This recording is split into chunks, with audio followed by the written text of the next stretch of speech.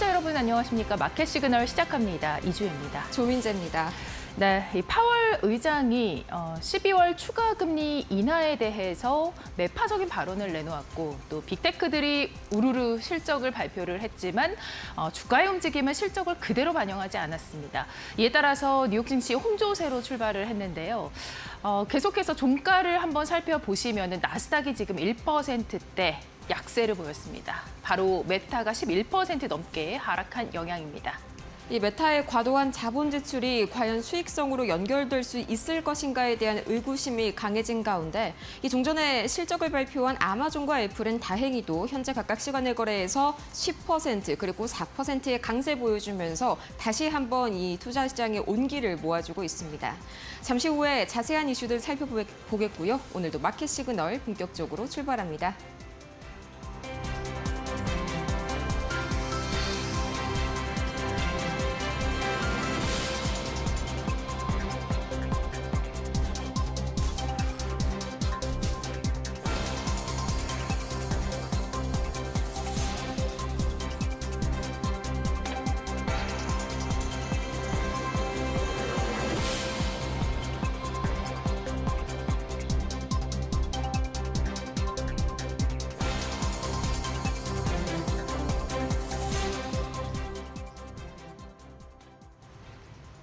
이 전일 파월 의장의 FOMC에서의 이 매파적인 발언, 과연 이 12월에도 금리 인하를 이어갈지 확실치 않다라고 발언을 했죠.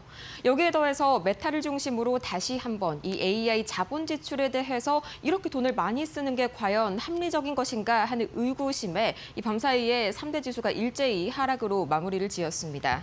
다우 지수가 0.23% 하락했고요. 나스닥 하락폭이 꽤나 깊었습니다. 1.57% 하락했는데 이 메타가 거의 10% 가까이 낙폭을 키웠고요. 또 어제 마이크로소프트도 마찬가지로 실적을 발표했는데 정규장에서 추가로 약 3%에 가까운 하락폭을 이어나간 점도 나스닥을 끌어내렸습니다. 이어서 S&P 500 역시 거의 1% 가까이 밀렸는데요. 이 밤사이에 시장의 돈들이 과연 어떻게 움직였는지 히트맵 통해서 보시면 이해가 더 편하실 겁니다. 바로 보도록 하겠습니다. 우선 초록불이 이 상승불이고요. 빨간불이 하락불인데 오늘은 한눈에 봐도 이 대형 빅테크주들 위주로 하락불이 굉장히 강하게 켜져 있는 모습입니다. 특히나 어제 시간의 거래에서 실적을 발표한 메타가 약 11%가량 급락했고요. 또 마찬가지로 어제 실적을 발표했었던 마이크로소프트 거의 3% 가깝게 하락을 지었습니다. 추가적으로 어제 메타도 실적을 발표를 했었고 또 이어서 계속해서 알파벳도 함께 실적을 발표를 했었는데 다행히 알파벳은 이 세 가지 종목 중에서 가장 우호적인 이 실적 평가가 이어지면서 반대로 2.45% 급등했고요. 이 빅테크 중심의 이 하락세가 두드러지면서 나스닥의 하락폭이 깊었다는 점 다시 한번 체크해 보시길 바랍니다. 이 11개 업종 중에서 부동산과 또 금융 쪽 그리고 헬스케어를 제외한 거의 모든 업종들이 다시 한번 하락세를 켰는데 전반적으로 기술주가 약세를 보이다 보니까 자금이 일부 가치주로 이동한 것이다라고 생각하시면 되겠습니다. 그러면 이 밤사이에 시장을 움직인 이슈 세 가지 만나보도록 하겠습니다. 가장 먼저 이 이슈가 가장 컸습니다. 이 나스닥이 거의 1.5%가량 하락하게 한 원인이죠. 바로 메타가 11%대 급락 보였고요. 이 마이크로소프트도 역시나 이 실적에 대해서 높은 이런 기대치를 충족하지 못하면서 약 3% 가까운 급락 나왔습니다. 가장 먼저 이 메타의 경우, 가장 먼저 이 마이크로소프트의 경우를 살펴보자면 실적 자체는 좋게 나왔습니다만 문제는 이 시장의 기대치가 너무나 높았다는 거겠죠. 이 때문에 마이크로소프트도 계속해서 하락하는 흐름들이 추가로 나왔고요. 또 이 메타도 11%나 급락하게 된 이유, 내년까지 AI 지출을 더 늘리겠다라고 밝히면서 이 최소 250억 달러 규모의 회사채 발행을 추진을 하겠다고 추가로 밝혔는데 이 때문에 과연 메타가 이 대규모 자본 지출을 회수할 수 있을 것인가에 대한 이런 우려감들이 앞섰습니다. 이 따라서 이 월가의 줄줄이 목표가 하향 조정이 이루어졌는데요. 대표적으로 뱅크 오브 아메리카는 목표가를 900달러에서 810달러로 또 키방크는 905달러에서 875달러로 이 티데코엔 역시 것이 975달러에서 810달러가량으로 대폭적으로 이 목표가를 삭감한 영향이 컸습니다. 그런데 이렇게 궁금하신 분들 계실 겁니다. 왜 하필 세 개 다 실적을 발표를 했었고 또 세 개 다 자본 지출을 늘렸는데 메타만 이렇게 빠지는 것이냐. 이 사실상 이 세 개사에 어제 발표를 했었던 이 기업들의 지난 분기 이 케이펙스 자본 지출 총액이요. 780억 달러, 전년 동기 대비로 하면 90% 이상 급증한 겁니다. 문제는요. 마이크로소프트와 구글의 경우에는 외부 고객에게 클라우드를 판매하고 있기 때문에 이 투자금 회수가 가능하지만 메타는 자사의 광고 사업에만 의존하기 때문에 리스크가 훨씬 더 크다라는 것이 월가의 중론이었고요. 이 때문에 메타의 하락폭이 유독 깊었습니다. 또 이어서 그나마 이 다우지수의 하방을 좀 지지를 해줬던 게 미중이 우리 예상대로 이 관세 전쟁을 무난하게 휴전 합의를 이끌어냈다라는 소식인데요. 우선 미국 측은 펜타닐 관련 관세를 기존 20%에서 10%로 낮추게 됐고요. 수많은 이 대중 관세 중에 이 펜타닐 관세가 하나이기 때문에 결과적으로 봤을 때에는 대중 관세가 평균 55%에서 45% 수준으로 10%포인트 낮아지게 되는 겁니다. 또 반대로 중국은 히토류 수출 통제를 1년간 유예하게 됐고요. 또 펜타닐을 단속하고 미국산 대두 수입을 재개하겠다고 밝혔습니다. 이 완전히 서명이 된 건 아닙니다. 이 베센트 재무장관이 이르면 다음 주 중에 서명이 가능하다라고 밝혔고 틱톡 거래 같은 경우에도 몇 주 또는 몇 달 내에 이 합의가 가능하다라고 밝혔는데 문제는 이미 시장에 상당히 선반영이 된 이슈였고요. 아직 서명을 남겨두고 있다는 점에서 그 상승폭이 제한됐습니다. 이어서 이 노무라 증권이 상당히 이 월가에서는 금리를 잘 맞추기로 유명합니다. 그런데 이 노무라 증권에서 12월 금리를 동결할 것이다라는 청천벽력과 같은 전망이 나왔습니다.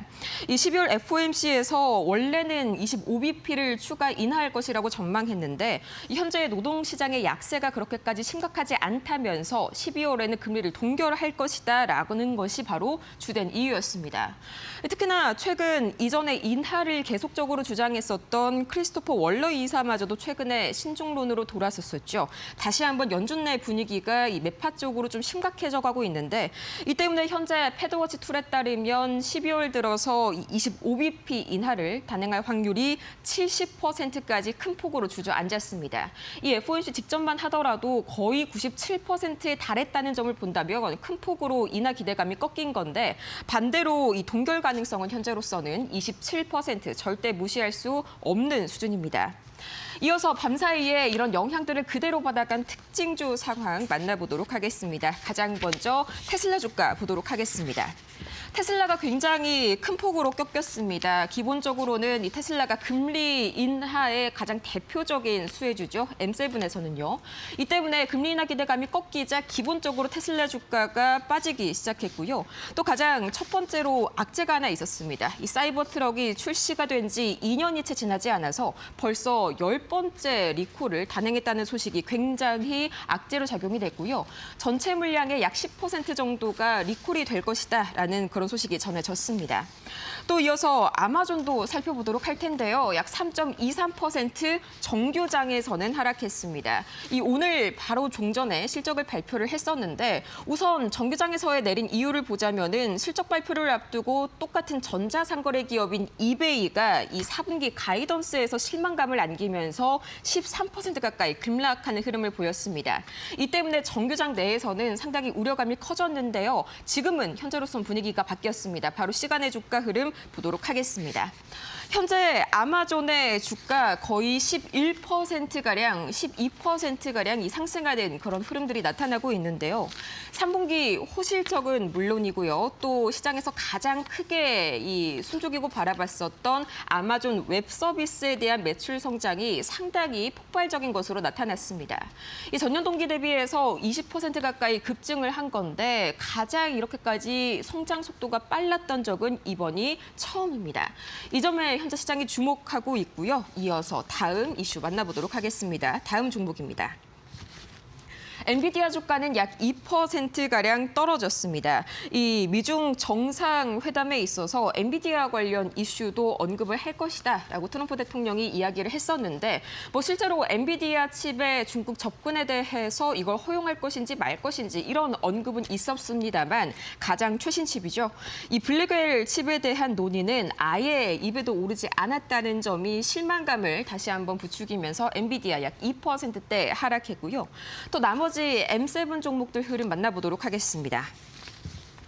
가장 먼저 구글은 좋은 흐름 보였습니다. 좀 전에 말씀드렸다시피 어제 실적을 발표했었던 세 가지의 이 M7 종목 중에서 가장 호실적을 발표를 했다라고 평가를 받고 있는데요. 2.45%가량 급등하게 되면서 거의 모든 분야에서 눈에 띌 만한 그런 매출 성장을 보였다는 점이 오늘 주가를 끌어올렸습니다. 이어서 애플은 0.63%, 이 정규장에서는 약간의 눈치 보기 장세가 돋보였는데요. 이 강력한 아이폰 수요에 과연 실적이 응답을 해줄 것인가 그 결과 바로 보도록 하겠습니다. 이 종전에 실적을 발표했었던 애플, 지금 시간의 거래에서 약 4%대 급등하고 있는데요. 바로 실적이 발표가 되자마자 주가가 반응하는 그런 움직임들이 나타나고 있습니다. 다시 한번 3분기 이 매출을 통해서 그동안의 애플의 이런 획기적인 인기들이 다시 한번 증명이 됐고요. 또 가이던스도 굉장히 나쁘지 않습니다. 우려를 깨고 다시 한번 애플 이 실적 기대감에 부응하면서 시간의 거래에서 강한 흐름 보여주고 있고요. 오라클이 오늘 6% 이상 급락했습니다. 이 여러 가지 악재가 겹쳤는데 첫 번째로는 이 최근에 내부자가 주식을 크게 매도했다는 소식이 발목을 잡았고요. 또 시티가 투자 등급을 기존 이 매수에서 매도로 하향 조정한 점도 영향이 컸습니다.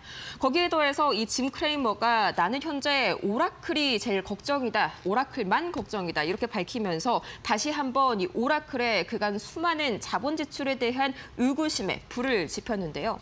이 때문에 다시 한번 오늘 빅테크들의 투심 흔들렸다는 점 참고해 보시면 좋을 것 같습니다. 이어서 매크로 지표 흐름 보도록 하겠습니다.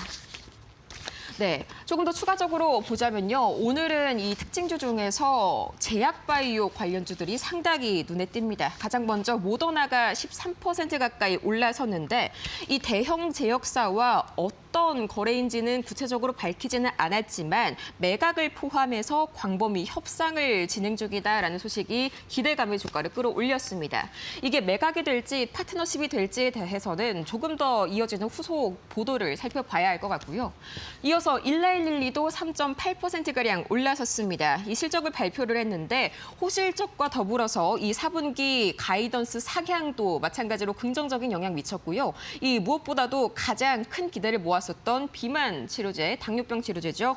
젯바운드의 3분기 판매량이 이 전년 전분기 대비해서 2배가량 상승했다는 소식이 주가에 긍정적인 영향 미쳤습니다. 또 이어서 메세라 마찬가지로 이 제약바이오 중에 하나인데요. 이 밤사이에 굉장히 주가가 큰 폭으로 뛰었습니다. 이 노보노디스크가 현재 메세라의 종가 기준으로 거의 48%에 가까운 프리미엄을 붙여서 인수를 제안했다는 소식이 다시 한번 이 투심을 뜨겁게 달아오르게 했습니다.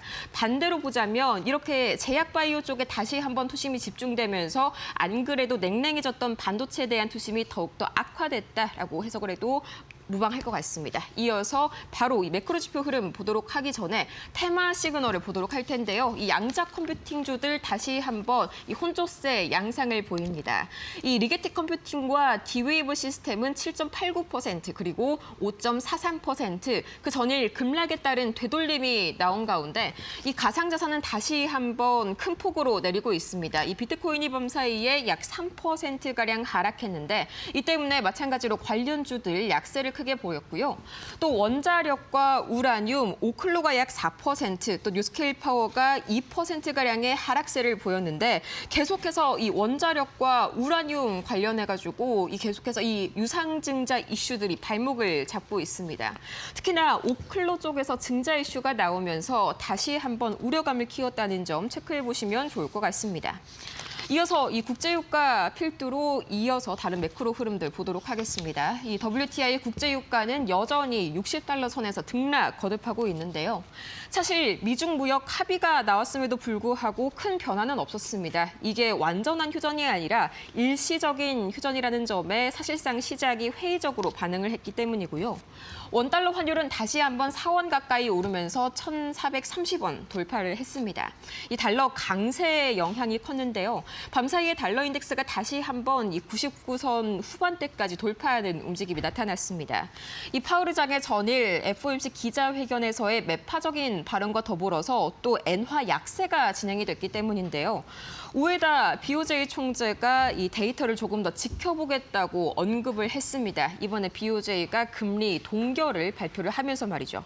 이 때문에 달러가 강세를 보이면서 다시 한번 원화는 상대적으로 약세 보였고요. 비트코인도 3.68% 하락하는 움직임들이 나타나고 있습니다. 이 다시 한번 금리 인하에 대한 기대감이 꺾였기 때문에 그만큼 매도세가 강하게 나온 모습이고요. 반대급부로 금 가격은 안전자산에 대한 선호 심리가 다시 한번 올라가게 되면서 0.86% 상승했습니다.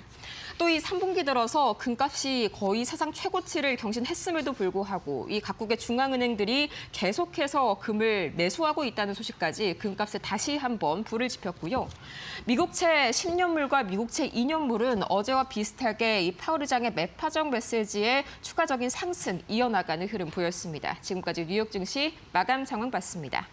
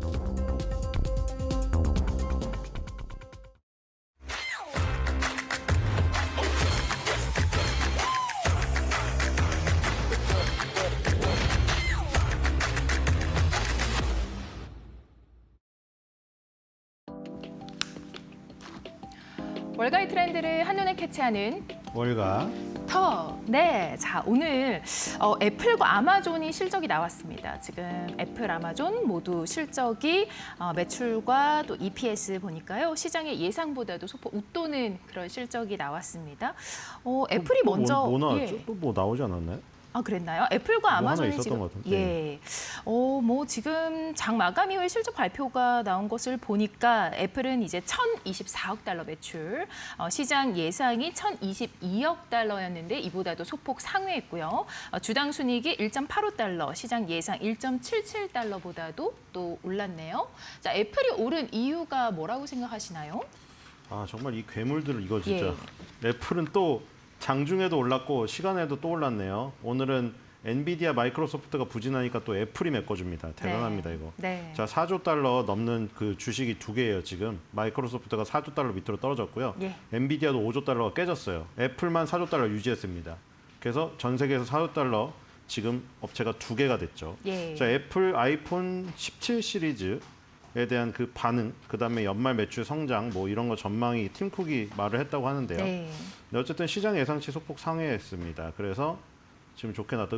의외로 지금 애플이 그 피지컬로 그냥 밀어붙이는, 예. 그렇죠. 아이폰이 잘 팔려서 밀어붙이는 네. 지금 상황인 것 같아요. 컨셉을 같이 가져가진 않는 것 같습니다. 다른 종목들과 본인의 컨셉을 뭐 가져간다고 다 가져갈 수 있는 건 아니죠. 예. 그래서 그냥 애플이 자기의 색깔을 냈는데 네. 시장에서 먹히고 있는 거죠. 네. 역사상 최고가입니다.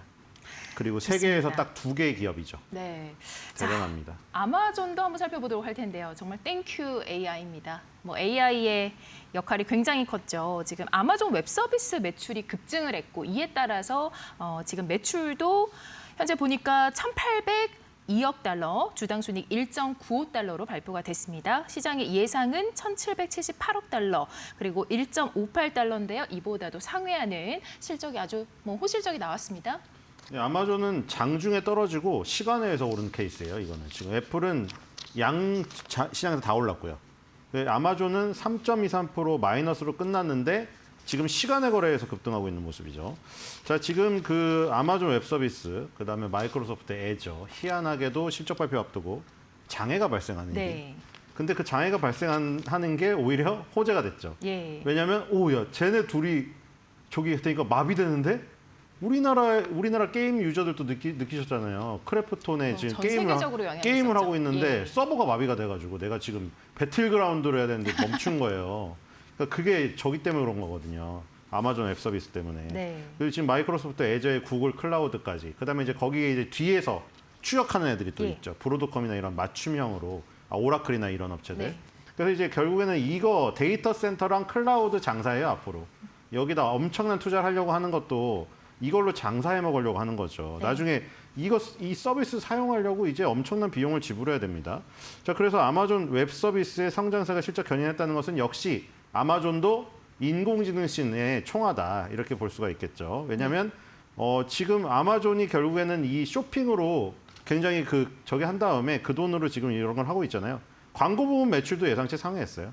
그러니까 지금 뭐 이따가 뭐 다 정리해서 말하겠지만 지금 어저께 그 얘기 하셨잖아요. 예. 자본 지출. 네. 정확하더라고요. 네. 그건 그냥 해설도 하셔야 될 것 같아요. 아닙니다. 자본 지출에 대한 우려 얘기하셨잖아요. 예. 그럼 오늘 딱 시장에서 그게 다 드러나고 그대로 있잖아요. 반영이 됐죠. 메타가 예. 급락한 게 그거고 예. 아마존이랑 구글이 상대적으로 선방한 게 아마존이랑 구글은 현금이 많이 들어와요. 맞습니다. 지금 메타 페이스북 광고 매출이 저기 좀 부진하거든요. 맞습니다. 지금 뭐 근데 메타버스도 아마존이랑 구글 유튜브 이런 거 있잖아요. 이거는 광고비가 엄청 꽂히고 있어요. 그래서 현금 지금 기업이 갖고 있는 현금 흐름 대비해서 네. 자본 지출의 비중이 낮은 것은 선방했고 메타는 그게 높았어요. 네. 그래서 그 차이가 난 거예요. 맞습니다. 지금 메타 얘기를 잘 해주셨는데 지금 뭐 간밤에 11%가 급락을 했습니다. AI 경쟁이 워낙에 치열해지고 있고 이제 자본 지출 부분도 계속해서 상향 조정이 되고 있는 상황입니다. 자금 조달 전쟁이라고까지 부르고 있는데 메타가 지금 최대 규모 회사채 발행에 나섰다라는 소식이 또 들려왔죠. 공격적인 이런 투자 기조를 계속 이어가고 있는 상황에서 시장은 이 부분이 수익성 악화 우려를 좀 제기를 하고 있습니다. 아니 메타는 사실 뭐 지금까지만 해도 데이터 그거 센터 없나요? 브리핑 없나요? 예, 오늘도 브리핑을 좀 듣고 다시 돌아오도록 하겠습니다. 질문이 급해가지고 궁금한 게 많습니다. 자, 브리핑 먼저 살펴보도록 있을 것 하죠. 같아요. 네. 메타가 AI 인프라 확충을 위해서 사상 최대 규모의 회사채 발행에 나섰습니다. 블룸버그에 따르면 메타는 최소 250억 달러 규모의 채권 발행을 추진했고 1,250억 달러 주문이 몰리면서 흥행했습니다. 자금은 AI 모델 개발과 초대형 데이터 센터 구축에 투입될 전망이고요. 메타는 미국 루이지애나, 오하이오, 텍사스의 총 7기가와트 규모 AI 데이터 센터를 건설 중으로 이는 원전 7기에 해당하는 전력 규모입니다. 앞서 이 핌코 등에서 300억 달러를 조달했으며 공격적 선제 투자 기조를 이어가는 모습입니다. 하지만 시장의 반응은 엇갈렸는데요. 저커버그 CEO가 2025 자본 지출을 최대 720억 달러로 상향하자 AI 투자 대비 수익성 불확실이라는 우려가 커지면서 주가가 11% 넘게 급락했습니다. AI 투자 경쟁은 메타만의 흐름이 아닙니다. 마이크로소프트도 연간 자본 지출 전망을 910억에서 930억 달러로 확대했으며 알파벳 역시 AI 인프라 강화를 위해서 공격적인 지출을 예고했습니다. 전문가들은 AI 자금 조달 전쟁이 본격화됐다고 평가했습니다. 네, 궁금했던 부분을 좀 여쭤보겠습니다. 자, 이미 메타가 데이터 센터를 지금 거의 뭐 7기가와트급으로 운영을 하고 있다라는 얘기 뭐 많은 분들이 아실 텐데요. 이게 충분치가 않은가 봅니다. 지금 자금 조달을 다시 단행을 하거든요. 저는 앨런 머스크가 그냥 예. 시기의 질투에 어려서 한 말은 아니라고 지금 생각이 되네요. 이런 걸 보니까. 앨런 머스크가 그때 그렇게 얘기했잖아요. 지금 돈 하나도 없다고. 손정희 회장도 없고 샘 알트먼도 돈 없고 오라클도 돈 없는데 저렇게 막대한 프로젝트만 발표한다. 계속 그 얘기 했잖아요. 그리고 오픈 AI가 지금 그렇게 하고 나서 나머지도 지금 다 그 방향이거든요. 메타, 구글, 아마존 전부 다 아까 번 돈은 어디서 번 거는 다 틀린데 네. 아마존은 쇼핑으로 벌고 구글은 유튜브로 벌고 메타는 뭐 페이스북, 그쵸. 인스타그램 예. 벌고 근데 지금 그 번 돈으로 다 뭐 하고 있냐? 데이터 센터 확충하고 있어요. 여기 전쟁에서 지면 안 되니까. 그래서 네. 일단 계획을 엄청나게 발표했는데 그럼 이제 그 돈이 있느냐 마느냐 그거죠. 근데 이제 메타에 대한 어떤 신뢰도 때문에 일단 회사채는 지금 완판이 될 것 같다는 생각이 듭니다. 그러니까 미국은 안 망하잖아요, 일단. 예. 근데 미국 국채보다는 그러니까 페이스북이나 메타, 페이스북, 뭐 인스타그램 그리고 그걸 가진 메타가 망할 확률이 미국이 망할 확률보다 높겠죠. 네. 그렇죠. 하지만 그래도 메타가 망할 확률은 낮지 않나요? 그러니까 메타가 망할 확률이 그것보다 높지만 낮잖아요. 그럼요. 그런데 미국 국채보다 금리를 조금 더 주면 이 회사채는 할만하지 않나요? 고정으로 주는데. 할만하죠. 그래서 지금 일단 완판이 된 상태고 이 돈이 지금 이거를 35조 원짜리 채권 발행했는데 네. 이거는 얼마가 몰렸죠? 예? 얼마가 몰렸죠? 35조 원 저기 해가지고 예. 얼마가 몰렸죠? 하여튼 많이 몰렸습니다. 1250억 달러. 1250억 달러? 주문이 여기네. 몰렸습니다. 예. 179조 원의 주문이 폭주했습니다. 예. 자, 근데 이게 왜 그렇게 했냐면 지금 메타가 발표한 거 자체. 여러분들 이제 메타가 페이스북, 인스타그램 이거 아닙니다. 이름을 왜 바꿨겠어요? 이렇게 안 하려면 페이스북에서 그대로 이름이 사명이 그대로였겠죠. 네. 바꾼 이유는 페이스북으로 먹고 살지 않기 때문이에요, 더 이상. 지금 루지애나주 리치랜드 페리시에 5기가와트. 우리가 하도 기가와트 많이 나오니까 이게 감이 안 오잖아요. 그러니까 저기 표준 기본을 정하고 가죠. 네. 1기가와트 원자력 발전소 1기가 100만 가구가 동시에 사용할 수 있는 전력량입니다. 그게 예. 1기가와트 원자력 발전소가 1기가와트라는 게 원자력 네. 발전소 1기의 전력량이에요. 100만 그럼 가구가. 5기가와트라는 거는 예. 500만 가구가 동시에 예. 사용할 수 있는 전력량이자 네. 원자력 발전소 5기죠. 네. 그렇죠? 그거를 루지애나주 리치랜드시 페리시에 하이페리온이라는 이름으로 우리나라에도 있는 것 같은데 네. 아파트 중에 네 이걸 짓고 있고요. 네. 그다음에 오하이오주 뉴올버니의 내년 가동 목표로 1기가와트급 데이터 센터. 이거는 또 프로메테우스 네. 이런 걸 좋아하네요. 예. 이 명을. 지금 총 합쳐서 그러면 7기가와트급 정도 되는데요. 네, 텍사스주도 예. 있어요. 네. 그게 2028년짜리고 이게 벌써 메타의 몇 번째냐? 29번째라고 합니다. 네. 데이터 센터가 엄청나게 이렇게까지 많죠. 데이터 센터를 운영을 많이 하고 있는데도 지금 부족하다. 부족하다는 예. 거죠. 데이터 센터 나중에 이거 돈 그 사업이거든요. 네. 빌려주는 사업, 임대 사업하는 거라 코이브가 그 모델로 나간 거 아니에요. 네. 지금 이 대규모 이 돈 많이 번 기업들은 다 그거 사고 있어요. 땅 사가지고 전기 잘 들어오는 땅 사가지고 데이터 센터 확충하고 그 나중에 계속 임대 사업만 이제 다 임대인들이 되는 겁니다. 이 모든 업체들이 임대 사업으로 갈 거예요, 다. 코이브는 미리 그냥 짧게 되게 콤팩트하게 그런 걸로 모델로 나간 거고 이 메타니 구글이니 아마존은 돈이 어마어마하게 많잖아요. 네. 그거를 완전 다 쏟아붓고 그것도 모자르니까 회사채 발행하고 아까 전에 말한 대로 뭐 펀드 사모펀드에서 끌고 오고 막 지금 다 끌어올 수 있는 건 싹 다 끌고 오는 거예요. 근데 메타가 이제 보니까 페이스북이나 인스타그램은 좀 괜찮은데 페이스북이 부진해서 구글의 유튜브라든가 아마존 쇼핑몰에 비해서는 현금 창출 능력이 좀 떨어지는 것 같아요. 그래서 지금 잉여 현금 흐름이라고 하죠. 회사에 남아도는 돈에 대비해서 이 발표한 게 메타가 가장 뻑뻑합니다. 네. 그래서 어제 얘만 급락했어요, 지금. 네. 근데 급락이라고 생각을 해서 이제 11%이긴 하거든요. 근데 네. 저는 사실 좀 과도하게 많이 빠졌다라고 생각이 듭니다. 어떻게 보셨어요? 근데 뭐 AI도 굉장히 과도하다고 볼 수가 튼튼했는데. 있나요? 메타도 이거 지금 뭐 이번 연도 내내 올랐는데요. 그래서 지금 사실 이거 뭐 저점 매수 기회가 아닐까 이런 생각이 드네요. 저점 왜냐면 매수의 지금 기회일 이거 수 있다. 티가 안 나요. 예. 보시면 여러분들 티가 안 납니다. 2020년도 11월 달에 87달러짜리가 800달러 가까이 갔거든요. 10배거 나왔어요. 10배거 이것도. 신노타가 나온 다음에 조금 쉬고 있거든요. 예. 지금 또 중간에 또 기회가 아닌가 네. 이런 생각이 드네요. 네, 어쨌든 지금이 기회일 수 있다라는 얘기를 또 해주셨습니다. 자, 다음으로 이어갈 텐데요.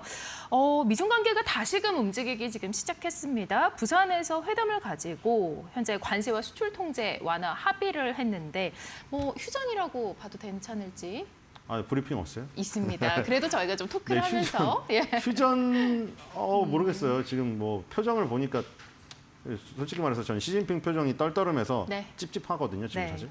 어떤 내용들이 나왔는지 좀 주목해 보도록 하겠습니다. 관련 브리핑 함께 하시죠. 미국 트럼프 대통령과 중국 시진핑 국가주석이 부산 회담에서 관세와 수출 통제 조정에 합의하며 무역 갈등 완화 신호를 보냈습니다. 양국은 펜타닐 관세를 20%에서 10%로 낮추고 중국은 핵심 히토류 수출 통제를 1년간 중단하기로 했습니다. 미국의 대중국 전체 관세율도 57%에서 47%로 낮추는데 원칙적 합의가 이루어졌습니다. 트럼프 대통령은 협정 서명이 이루어질 수 있다라고 얘기하면서 회담을 10점 만점에 12점이라고 평가했습니다. 다만 세부 이행 조건은 공개가 되지 않았고 중국 상무부도 합의했다는 원칙적 표현만 반복을 했습니다. 이번 합의로 중국의 미국산 대두 수입도 재개될 전망이지만 규모는 과거 대비 제한적일 것으로 관측이 되고 있고요. 반면 핵심 갈등 사안인 엔비디아 AI 칩 수출 통제, 러시아산 석유, 틱톡 매각 문제, 또 대만 이슈는 논의에서 제외됐습니다. 전문가들은 구조적 문제가 건드려지지 못한 그런 휴전이라고 얘기하면서 재격화 가능성에 무게를 두고 있고요.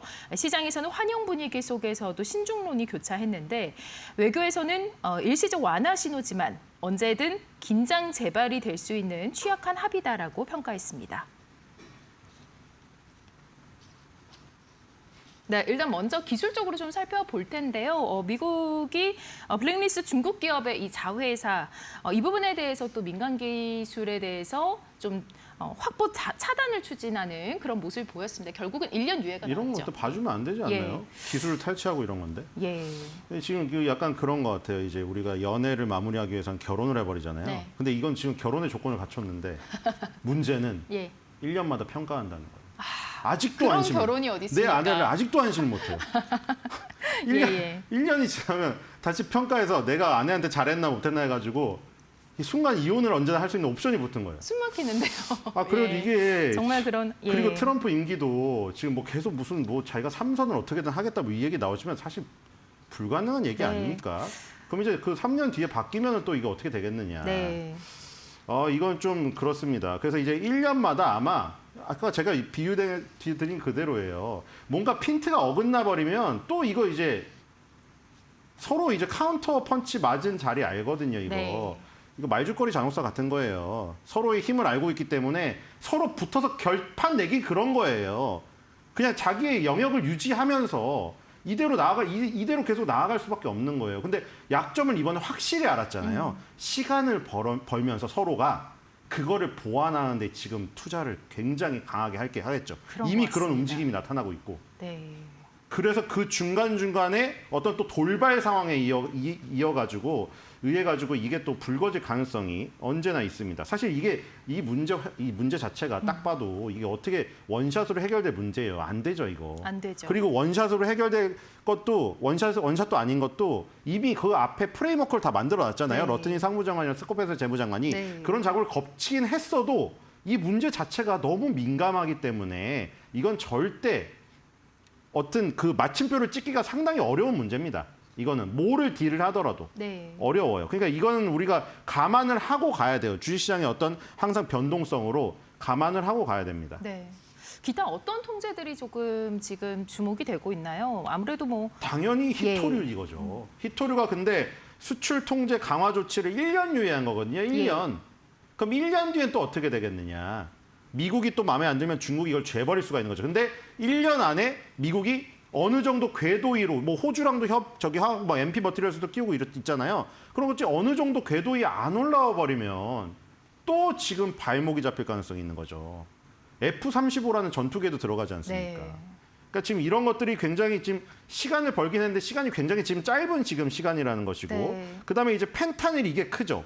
펜타닐 관세를 뭐 마약에 매기는 게 아니라 그거죠. 펜타닐의 오명 국가의 이미지를 쓰고 있으니 네. 그거를 만약 막으면 10%로 내려주겠다 이거예요. 지금 다른 나라랑 틀리게 플러스 20%가 더 붙어 있어요. 네. 중국은 네. 상호 관세에다 플러스 20%. 그게 펜타닐 관세로 그쵸. 붙어 있거든요. 네. 그걸 플러스 10%로 낮춰준다는 얘기예요.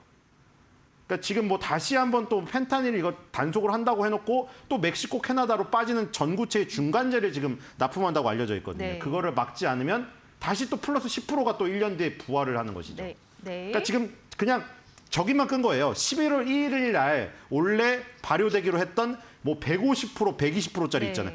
그거는 막았다는 거에 의미가 있는 거죠. 그거는 막았지만 뭐 완전히 무슨 무역을 완전 자유롭게 무슨 뭐 우리나라 FTA처럼 자유롭게 하고 그거는 요원한 일이고 안 되는 거죠. 네, 좋습니다. 자, 뭐 다들 이제 외신에서 예상을 했던 대로입니다. 뭐 결과가 역시나 뭐 여러 가지 뭐 사소한 그런 맞교환은 있었지만 사실 뭐 일시적 휴전이다 이렇게 해석이 되고 있습니다. 뿐만 아니라 지금 어제 엔비디아 젠슨왕 CEO도 한국을 방한을 했죠. 정의선, 이재용 회장과 함께 사진 찍힌 그런 사람 사진들도 진짜 보기 예, 사람이 진짜 좋아 보이긴 하더라고요. 제가 많이 아무리 떴죠. 사람을 좀 의심하는 게 있잖아요. 예, 너무 예. 우리가 막 네. 저기 뉴스 같은 데서 좋게 나왔는데 나중에 막 그 무슨 몇 조 사기꾼으로 나오고 예. 이러니까. 근데 젠슨 왕은 진짜 사람 좋아 보이더라고요. 네, 저도 그렇더라고요. 예, 그리고 어제 그래서 제일 어떤- 부러운 사람은 이재용 회장한테 사인받은 아이예요. 저는 효자 되거라 이렇게 써줬거든요. 저도 어린 시절이었으면 걸로 뛰어갔을 텐데. 아쉽네요. 네. 네, 의원님 다음에 기회가 있으시길 기회가 어디 있습니까 이제 다 늙었는데. 바랍니다. 네, 저희가 지금 젠슨왕 CEO와 관련된 브리핑 한번 해보고 다시 토크 이어가겠습니다. 네, 엔비디아 젠슨왕 CEO가 에이펙 정상회의 참석차 한국을 찾았습니다. 한국에는 훌륭한 파트너가 많다라고 얘기를 하면서 다수의 공동 프로젝트가 진행 중임을 시사했는데요.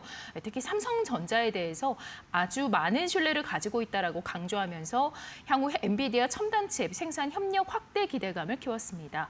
또한 한국 국민과 트럼프 대통령 모두 기뻐할 발표가 있을 것이라며 방한 기간 중 깜짝 발표를 예고했습니다. 업계에서는 이 차세대 AI 칩 한국 생산 확대, 공동 R&D, AI 데이터 센터 구축 또는 한국 내 AI 생태계 투자 관련 발표 가능성에 무게를 두고 있습니다. 젠슨왕 CEO는 한국 공식 방문이 2010년 스타크래프트2 행사 이후에 14년 만인 것으로 알려져 있고요. 이번 행보는 엔비디아가 글로벌 AI 동맹 재편에 나선 가운데 한국을 전략 핵심 축으로 삼겠다는 그런 신호로 해석되고 있습니다. 삼성전자와 SK하이닉스와의 협력 강화 시 한국 반도체 공급망의 긍정적 파급 효과가 예상되고 있습니다. 네, 뭐 엔비디아 젠슨왕 CEO가 방한을 했다는 그 자체만으로도 사실 뭐 종목이 움직이기도 굉장히 쉬운 그런 이슈인 것 같고 그런데 와서 어떤 협력을 좀 하겠다, 어떤 깜짝 발표가 예고가 될까요? 일단 깜짝 발표는 이재명 대통령한테 넘겼거든요. 힌트는 로보틱스라고 했으니 오늘 아마 발표가 네. 나겠죠. 네. 로봇에서 뭔가 계속 힌트가 로봇도 로보틱스. 강조하고 있었잖아요. 예. 로봇에 들어가는 두뇌도 결국 엔비디아가 지배를 네. 할 것이다. 거기서 뭔가 큰 발표가 있지 않을까. 의외로 로봇이네요. 뭐 AI나 근데 뭐 잘하면 뭐 반도체 레인보 칩일 줄 알았는데. 로보틱스나 두산 로보틱스도 나올 수 있지 않을까. 거기서 개발하는 뭐 향후에 휴머노이드 로봇이나 이런데 GPU를 뭐 네. 엔비디아가 공급하겠다 뭐 이런 거. 근데 이제 삼성전자가 가장 좋은 거죠. 이제 최태원 회장은 저희 자리에 빠졌잖아요. 네. 물론 SK하이닉스는 그동안 얻은 게 많기 때문에 이게 지금 엔비디아가 닌텐도 스위치 2 아이들이 좋아하는 거 네. 거기 칩 생산을 삼성전자가 위탁 생산하고 네. 있었거든요. 이게 좀 아쉬웠던 것이거든요. 네. 왜냐하면 닌텐도 스위치 2도 훌륭하지만 네. 데이터 센터에 들어가는 슈퍼칩에 비해서 성능이 떨어지기 때문에 데이터 센터에 들어가는 슈퍼칩의 옆에 보조 역할을 하는 HBM은 SK하이닉스한테 맡겨놓고 삼성전자는 그게 수율이 안 나오니까 닌텐도 스위치 2 칩만 맡겨놓은 이런 느낌이었단 말이에요. 예. 그리고 그게 8나노 공정이에요. 8나노 공정.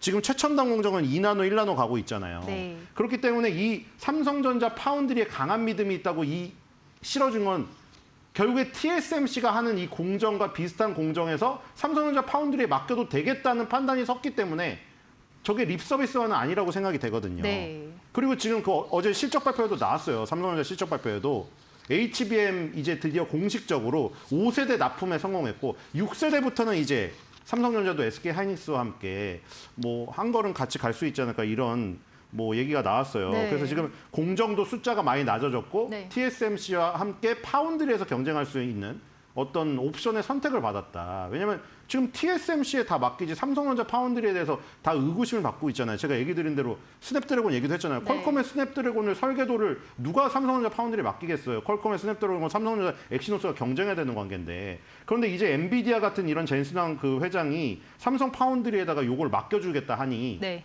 굉장히 삼성전자로서는 엄청난 그쵸. 이득이죠. 예전에 네. 초밥집에서 회동했던 거 있거든요. 네. 그때는 초밥집에서 회동만 했지 결과가 없었어요. 그러니까 저거는 어제 치킨집에서 회동했는데 결과가 있잖아요. 예. 그러니까 제가 그때 아쉬웠던 게 초밥집에서 회동한 사진은 놔두는 건 좋은데 그 당시에는 삼성전자가 5만 원을 막 깨고 이랬단 말이에요. 네.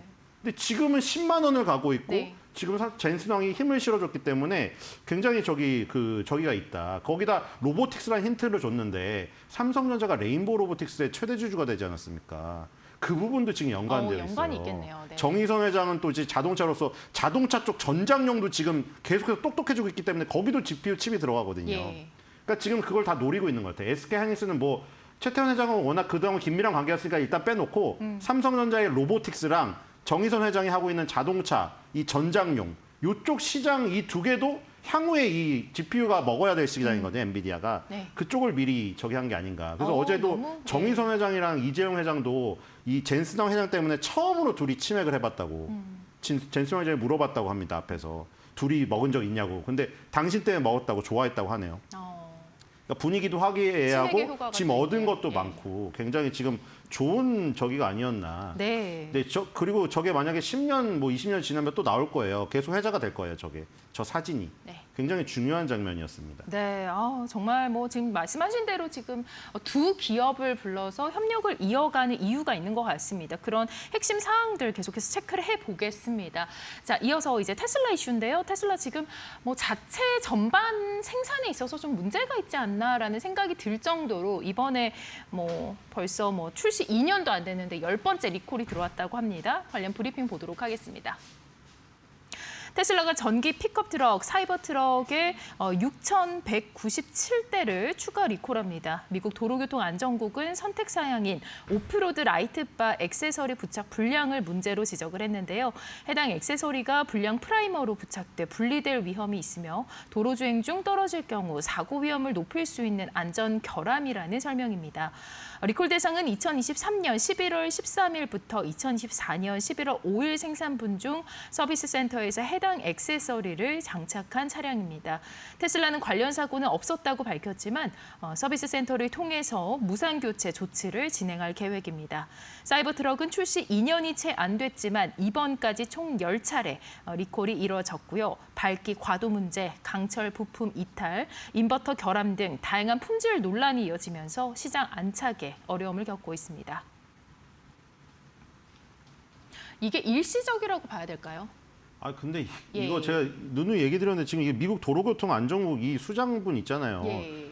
이분을 자극시켜버려서 이번에도 그런 이분이 이슈일까요? 트럼프가 예. 지금 아니 왜냐면 이게 솔직히 말해서 무슨 엔진의 결함이나 이런 것들이 아니거든요. 이것도 지금 접착제 문제, 접착제.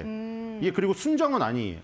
나올 때는 없는데 이거 달고 싶은 사람이 정비소 가서 이 단 사람들 네네. 조명을 추가적으로 달고 싶어서 단 예. 사람들인데 거기에 프라이머로 갖고 접착제가 네. 불량이에요.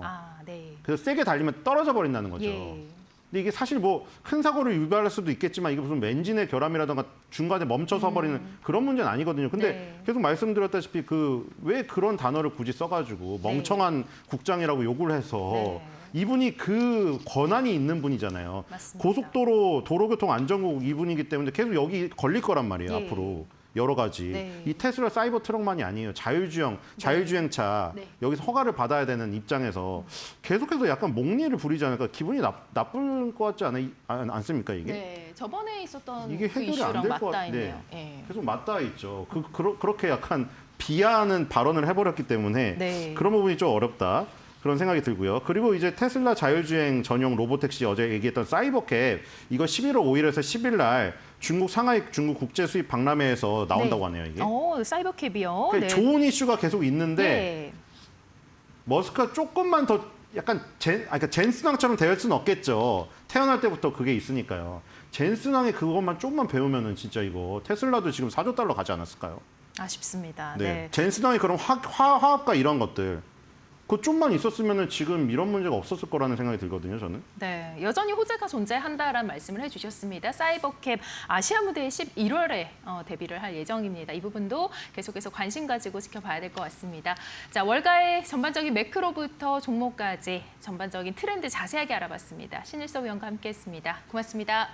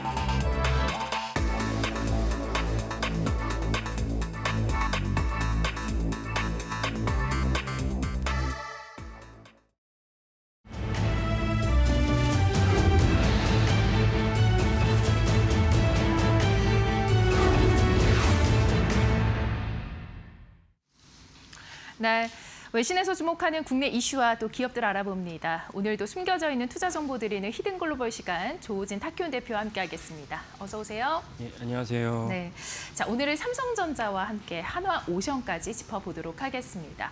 자 뭐니 해도 지금 AI 반도체 시장이 굉장히 뜨거운 상황에서 삼성전자 실적이 너무 좋게 나왔는데요.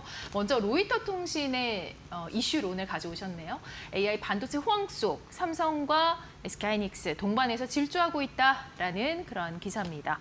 자, 삼성전자의 부문별 실적이 공시가 됐는데 엄청났죠, 사실. 예. 뭐 이러한 부분들을 감안해서 기사가 나온 것 같습니다. HBM 생산을 대폭 확대한다. 내년에 수요와 공급 모두 초과할 전망이다. 이러한 기사입니다. 어떻게 해석하셨나요? 예. 그러니까 이제 헷갈리시는 분들이 계실 거기 때문에 먼저 하나 짚어야 될 것은 무엇이냐면 삼성전자가 어제도 잠정 실적이었고 14일 날 잠정 실적 발표했습니다. 근데 14일 날 잠정 실적에서 그냥 전체적인 그러니까 삼성전자의 매출이 얼마였고 영업이익이 얼마였고 이런 걸 갖다가 총괄적으로 얘기한 거였고 근데 14일 날에 그러니까 삼성전자 크게 세 가지 부문이 있는데 반도체 그다음에 이제 모바일 사업부 그리고 이제 다른 이제 백색 가전 등이 있는데 그 해당 분야별로 어떤 매출과 어떤 영업이익이 올렸는지를 14일 날 발표하지 않았습니다. 근데 어저께 본 실적이 아니고 어쨌건 어제도 이제 잠정 실적입니다. 그 잠정 실적을 하면서 어제 그런 이제 잠정 실적을 얘기하면서 이제 그 증권사들과 이제 IR 시간을 가졌습니다. 그래서 IR 시간 가진다 이것들이 기사로 나왔는데 그래서 이 잠정 실적을 삼성전자가 2번을 했다 이렇게 이해하시면 되겠습니다. 그래서 어제 잠정 실적을 하면서 반도체 부문이 도대체 얼마나 큰 매출 올렸는지 어저께 확인이 됐습니다. 왜냐하면 14일 날 컨센서스도 삼성전자가 20% 넘게 12조의 영업이 올렸다고 해가지고 많은 사람이 놀랐고 그러니까 당연히 반도체 부분에서 그 어닝 서프라이즈를 갖다 주도하지 않았나라고 생각을 했는데 예상대로 어저께 본 실적을 갖다가 이제 그 정확하게 까보니까 삼성전자 반도체 부분이 7조 원의 이제 영업이 올렸다는 것을 확인할 수 있었습니다. 그래서 이런 것들은 이제 두 번을 가지고 나눠서 했고 반도체가 실제적으로 어닝 서프라이즈 내는 주도적 역할을 했다는 것을 인지하시면 되겠습니다. 네, 뭐 실적에서 지금 반도체 영업이익이 너무 좋게 나와서 이 부분 확실히 현실에서 실적에 반영이 됐다 이렇게 보여집니다.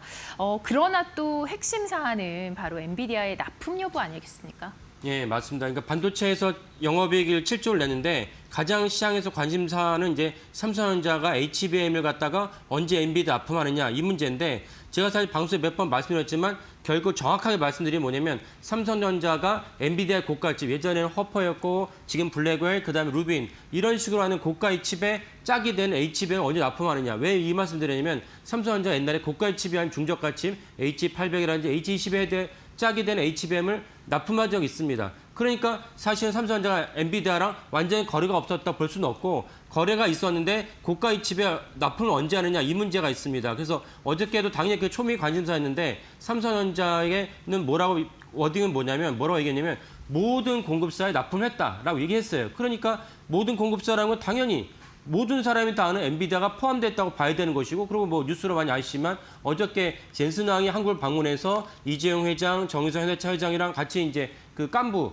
치맥 회동을 하면서 아주 그냥 기분 좋은 어떤 이미지를 많이 보여줬습니다. 그러니까 많은 곳에서는 그럼 삼성전자가 고가의 칩을 엔비디아 납품했구나라고 기사화한 것도 있고 근데 로이터는 뭐라고 보도했냐면 엔비디아 납품을 갖다가 서제스트했다. 그러니까 서제스트라는 표현은 이제 뭔가 이제 암시했다. 라는 정도 해석할 수 있기 때문에 로이터도 삼성전자 이번에 그 IR로 인해서 확실하게 삼성전자가 엔비디아 납품한 게 맞다라고 이제 확신은 못한다라는 어떤 그 단어를 썼다라고 이해하시면 되겠습니다. 네, 어떤 단어인가요? 그 서제스트라는 게 이제 그 삼성전자의 그 IR 담당 사장이 예.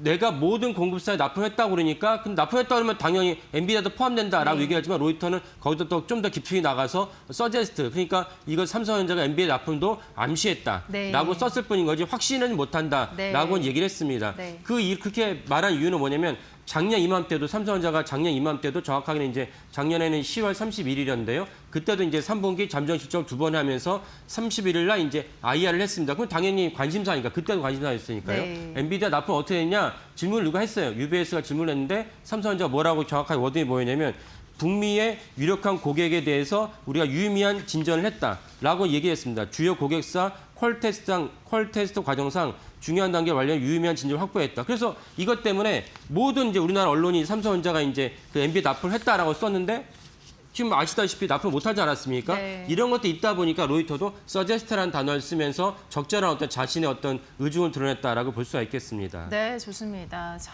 외신과 그리고 우리 국내 언론의 뉘앙스가 좀 다른 것 같습니다.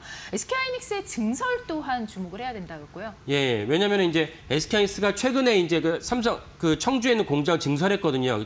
그리고 제가 어제 방송에도 말씀을 드렸지만 SK하이닉스가 3월 달에 엔비디아에게 HBM4에 대한 샘플을 보냈어요. 그러면 통상 퀄 테스트랑 최종 계획까지 3개월 정도 걸리는데 그 6월 달에는 계약이 체결됐었는데 계약이 체결이 안 됐단 말이에요.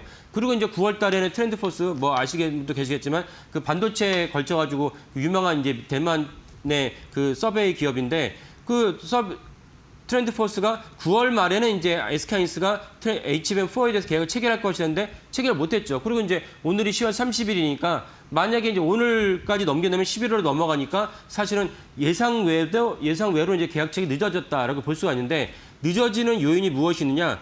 엔비디아가 SK하이닉스만 단독 벤더로 공급을 하면은 불안한 점도 있고 가격 확산률도 낮을 수밖에 없다. 그러니까 엔비디아는 계속 삼성전자 기회를 줬다고 볼 수가 있습니다. 기회를 주다 보니까 SK하이닉스랑 가격 체결이 늦어졌다 봐야 되는데 늦어졌는데 사실은 또 하나 중요한 징표가 뭐냐 아까 말씀드린 SK하이닉스의 청주 공장을 증설했다.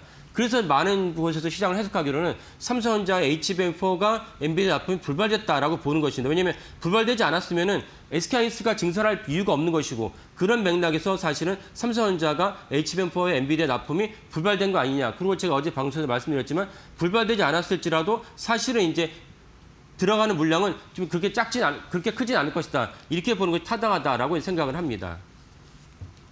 그래서 이제 삼성전자가 그 엔비디아 납품을 갖다 못한다면 SK하이닉스는 여전히 HBM3 12단 독점이고 HBM4 역시 이제 독점으로 내년까지 가지 않을까라고 전망을 합니다. 네, SK하이닉스 뭐 내년 생산분 이미 완판이 되면서 슈퍼사이클 지금 이미 예고하고 있는 상태고 AI 메모리 전쟁의 무게추 계속해서 움직일 것으로 예상이 됩니다.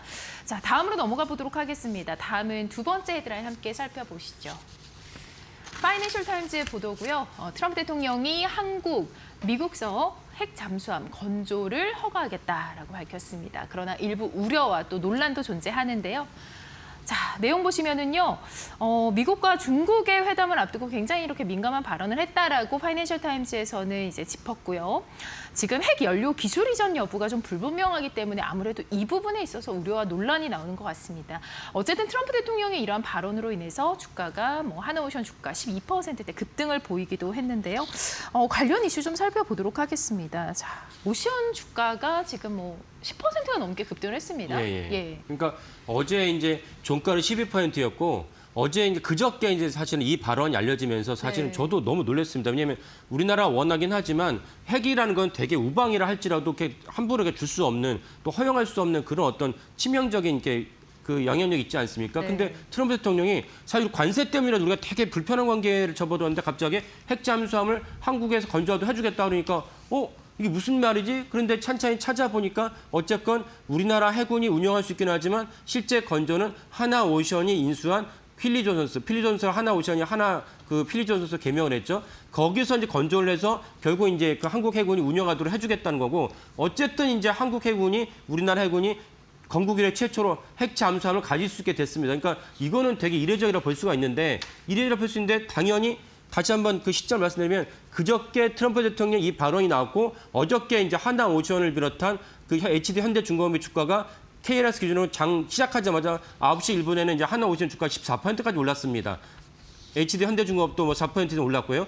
그런데 사실은 이제 어저께 시진핑 주석이랑 또 만나기로 됐으니까 시진핑 주석이 또 방한을 해야 되고 부산에서 만났죠. 그러면 시진핑 주석 입장에서는 내가 이제 한국에 방문하기 하루 전에 이렇게 중국의 심기를 갖다가 건드리는 이런 발언을 했다는 자체에 대해서 시진핑 주석은 불쾌할 수밖에 없는 이런 점을 사실 FT가 지적을 했습니다. 뭐 그건 당연한 지적이라고 보입니다. 이런 맥락에서 사실은 외교 안보적인 파장도 상당히 크다라고 이제 볼 수가 있겠습니다.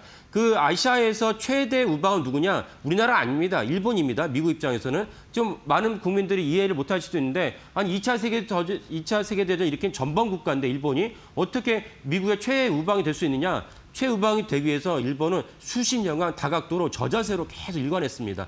그 결과가 미국 사람들이나 미국 정가에서나 아시아의 최우방은 일본이다. 근데 일본조차도 핵 잠수함이 없습니다. 이런 맥락에서 트럼프 대통령의 핵 잠수함 발언은 되게 이제 의미한 바 크고 파장이 크다 이렇게 볼 수가 있겠습니다. 네, 어쩌면 그래서 어제 미중 정상회담이 좀 빨리 끝나지 않았나 이런 생각도 좀 들기도 합니다.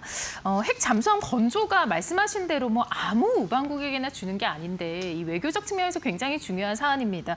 그런데 이재명 대통령 이 부분 어떻게 접근을 한 건가요? 예, 이재명 대통령 이걸 어떻게 제안을 접근했냐면은 트럼프 대통령은 지속적으로 우방에게 야 너네가 이제 무임승차하지 마라 외교안보에서 그러니까 미국이 지켜주긴 하지만 미국 지켜주나 우리가 힘이 들다 그러니까 너네도 각자의 그 GDP를 올려가지고 스스로 국방비를 증액했으면 좋겠다는 걸 지속적으로 요구했습니다. 그러니까 이재명 대통령도 우리가 핵잠수함을 주면은 핵잠수함을 주면은 우리의 국방비가 증액을 하면서 당신의 요구도 트럼프 대통령 요구도 우리가 만족시키지 않습니까? 라는 맥락에서 사실은 이재명 대통령이 요구를 했습니다. 이재명 대통령은 제가 한번 소개한 적이 있지만 10월 1일 날 국군의 날 맞춰가지고 전년 대비 내년도 국방 예산을 8% 이상 증액시켰습니다. 그러면서 명분은 무엇이냐면 전작권을 회수해야 되니까 전작권을 회수하려면 당연히 우리가 실력이 있고 무기가 있어야 되지 않냐 이런 맥락으로 8% 이상을 증액시켰습니다. 이 8% 이상 증액시켰다는 것은 민주당 일각에서도 되게 유구하는 사항이다라고 볼 수 있습니다. 왜 민주당 일각이 요구를 하느냐? 민주당의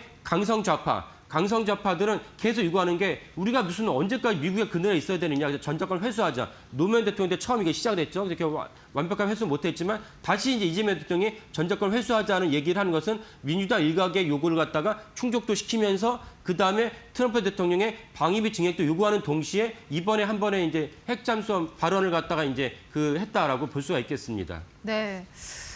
뭐 주식 시장의 관점에서도 뭐 이 부분이 어떻게 보면 또 환영할 만한 그런 이슈이기도 한데 결국은 방산 분야에서 좀 탄력을 받겠죠. 예, 그렇습니다. 결국 핵잠수함을 우리가 건조하게 됐다는 것은 근본적으로 미국의 하나 필리조선에서 건조를 하는데 그렇다면 사실은 미국 입장에서 외교안보 측면에서 아까 말씀드렸지만 우리나라 우방이라 할지라도 한국에다 그런 어떤 제휴를 한 것을 부담을 느낄 수 있습니다. 그런데 대통령이 치고 나갔으니까 실제 핵잠수함을 미국 필리조선에서 인수를 건조해서 우리에게 넘겨준다면 그러면 상대적으로 하나오션 입장에서는 미국 본토에 진출하기는 훨씬 쉬워졌다. 같은 맥락으로 어제 때 같은 이제 그 잠수함을 건조할 수 있는 그 기업은 HD 그룹에 또 있습니다. 그래서 어저께 HD 현대중공업도 같이 주가가 올랐고 두 기업의 미국 본토 상륙 작전이 이제는 보다 용이해졌다, 쉬워졌다라고 볼 수가 있겠습니다. 네.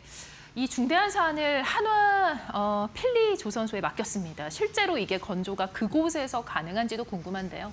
예, 그래서 FT가 이거를 갖고 이제 하나오션에 이제 임원한테 물어봤는데 웡이라고 이제 원래 그 트럼프 대통령의 외교안보 부보좌관 출신입니다. 그 필리조선소를 인수하면서 하나그룹이 이분을 갖다가 영입을 해서 지금 최고 전략 책임자 CDO로 이제 임명이 되어 있습니다. 그래서 FT가 질문했더니 이분이 우리는 이제 그 건조를 위한 만반의 준비를 다 했다. 그러니까 실제로 이제 오더가 떨어지면 우리는 실제로 건조할 수 있다라고 이렇게 발표를 했습니다. 네.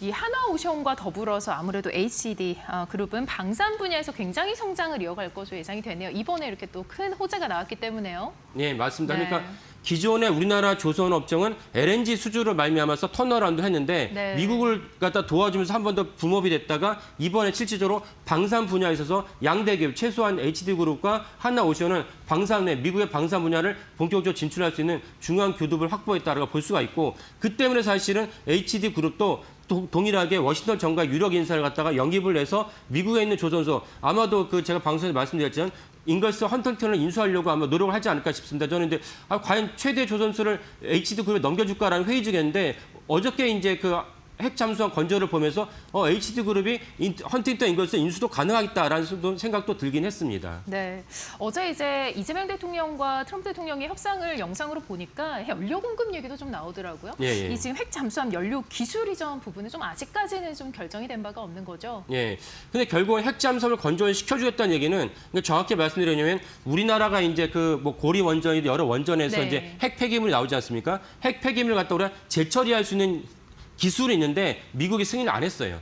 그러니까 결국은 이번 핵잠수함 건조를 갖다 승인해줬다는 얘기는 핵 재처리도 우리에게 승인해주지 않았냐. 아까 말씀드린 일본은 이미 핵 재처리를 할 수 있습니다. 그러니까 핵 재처리는 기술적으로 어렵지 않은 것이고 다만 외교 안보적이면 핵 재처리를 했을 때 거기서 생기는 이제 플루토늄 원폭을 만들 수 있기 때문에 우리나라 못하겠거든요. 근데 이번 핵 잠수함 건조를 말면서 우리가 핵 재처리를 할 수 있지 않을까, 사용 핵 재처리를 할 수 있지 않을까 싶고 그다음에 우라늄 자체를 갖다가 농축을 할 수 있는 우라늄 235, 237을 농축할 수 있는 기술도 우리에게 부여하지 않을까라고 생각을 합니다. 이거는 또 다른 어떤 많은 난관이 있을 거로 보이고 트럼프 대통령이 발언했지만 트럼프 대통령 주위에 있는 많은 참모들도 이건 안 된다라고 계속 지속적으로 이제 발언하지 않을까 싶습니다. 그래서 실제로 어떻게 실현될지는 좀 더 지켜봐야겠지만 어쨌건 이제 핵잠수함 건조 자체는 우리나라에게 되게 중요한 분기점이 된다. 조선업이나 우리나라 외교안보 방위산업 입장에서도 되게 중요한 분기점이 됐다. 이렇게 보시면 되겠습니다. 네, 일단 세부 사항이라고 좀 봐야 될 것 같고 그런 부분들은 아직까지는 좀 불투명하다 이런 얘기신 것 같습니다. 기술이 어려운 건 아닌데 승인을 해야 되는 그런 부분인 것 같고 자 미국에서 이 현실성 논란이 좀 이어지고 있지만 여전히 한국의 또 조선업의 기술력 그리고 안보 이런 것들은 말씀하신 대로 계속 주목을 받을 것 같습니다. 자 오늘도 히든글로벌 조우진 탁현 대표와 함께했습니다. 고맙습니다. 네, 감사합니다.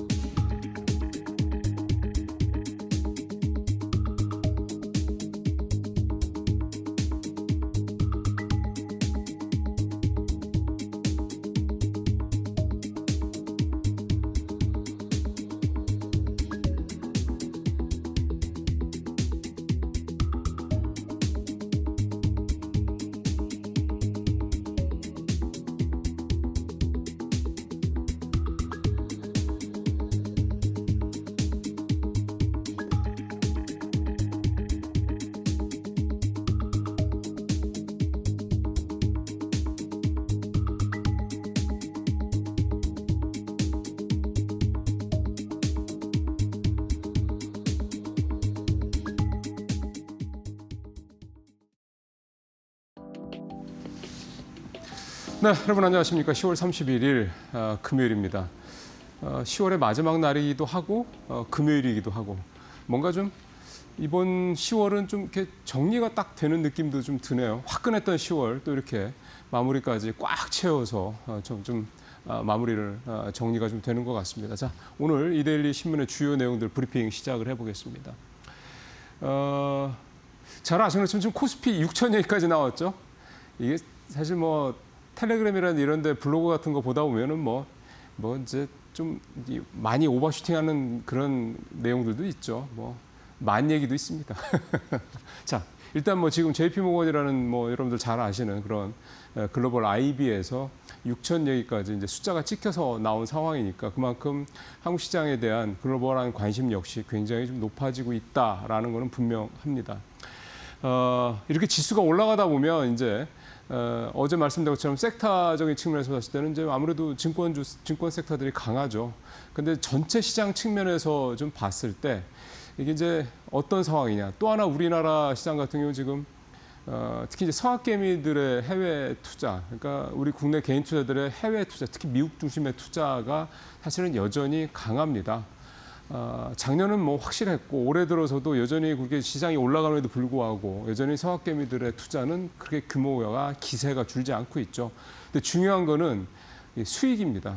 과연 올해 국장 투자와 미장 투자 가운데 어디가 수익률이 더 좋았을 것이냐. 뭐 개인적으로는 상대적으로 다 다르겠습니다만 절대 수치를 놓고 봤을 때는 확실히 올해는 국장이 미장보다 낫다라는 거고 특히 이제 ETF 중심으로 봤을 때 그렇습니다.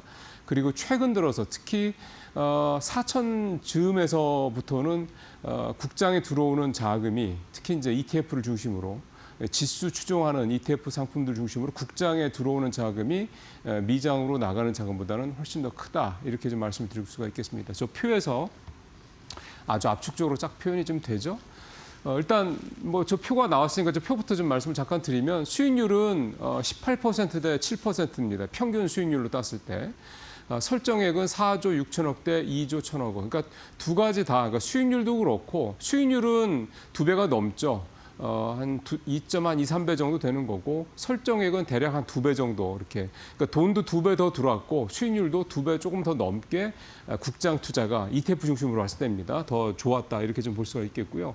그다음에 주요국 주가지 상승률도 좀 표가 아마 준비되어 있을 텐데 보면은요. 보십시오. 우리가 이렇게 국장 투자가 수익률에서 나올 수밖에 없습니다. 지금 요거는 오른쪽 위에 상단에 보시면 10월 1일부터 10월 29일까지 그러니까 그제까지니까 대략 10월 달 전체로 봐도 크게 다르지는 않을 겁니다. 코스피 무려 19%입니다. 니케이도 굉장히 많이 올랐다고 해도 14%. S&P 500이나 나스닥, 뭐 중국 상하이 종합지수에 비하면 뭐 비할 바가 아니죠. S&P 500에 비하면은 뭐 거의 6배고요. 나스닥에 비해서도 거의 4배에 가까운 그런 수익률을 좀 내고 있습니다. 중국도 뭐 연일 사상 최고치다 상하이 종합지수 그렇게 얘기를 해도 이 10월 달 수익률만 놓고 보면 저렇습니다. 그러니까 이렇게 코스피가 상승률이 세다 보니까 당연히 수익률도 더 높을 수밖에 없는 거고 여러분들 아마 최근에 좀 보시면 지수 4천을 넘어서에 나타나는 현상 중에 하나가 외국인은 확실히 주춤해진 거 여러분들 아마 충분히 좀 알고 계실 거고 개인은 왔다 갔다 하죠. 그러니까 이 수급의 어떤 이런 변동성 상황에서 비교적 일관되게 주식을 좀 많이 사는 게 기관입니다. 그 기관이 특히 이제 금융투자 쪽, 기관도 섹터가 여러 개죠. 그쪽에 들어가 보면 이제 금융투자 쪽에서 이 플러스, 그러니까 순매수가 굉장히 규모가 높은데 그 금융투자 순매수의 백그라운드에는 바로 ETF, 특히 지수형 ETF의 자금 유입이 있다. 이렇게 볼 수가 있겠습니다. 그러니까 정리를 하면